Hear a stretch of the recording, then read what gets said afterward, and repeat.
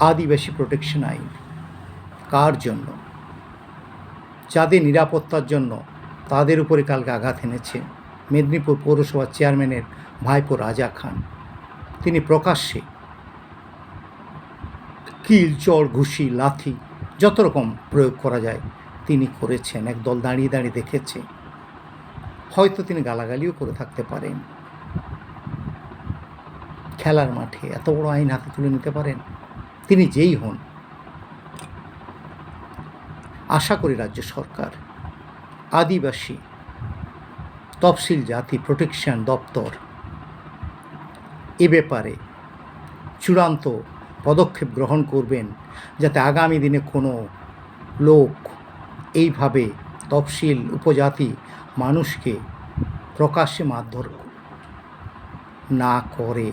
দৃষ্টান্তমূলক ব্যবস্থা একান্ত দরকার। কেন রাজা খানের উপর ব্যবস্থা নেওয়া হবে না আদিবাসী প্রোটেকশন আইন? তিনি কি নেতার ভাইপো না শিল্পপতি বলে ছেড়ে দেওয়া হবে? আদিবাসী প্রোটেকশন আইনে বিচার চায় রাজা খানের। ধুমধাম করে আদিবাসী দিবস পালন করলে হয় না, ঢাকঢোল পিটালে হয় না, দুটো ঢোলক দান করে দিলে হয় না।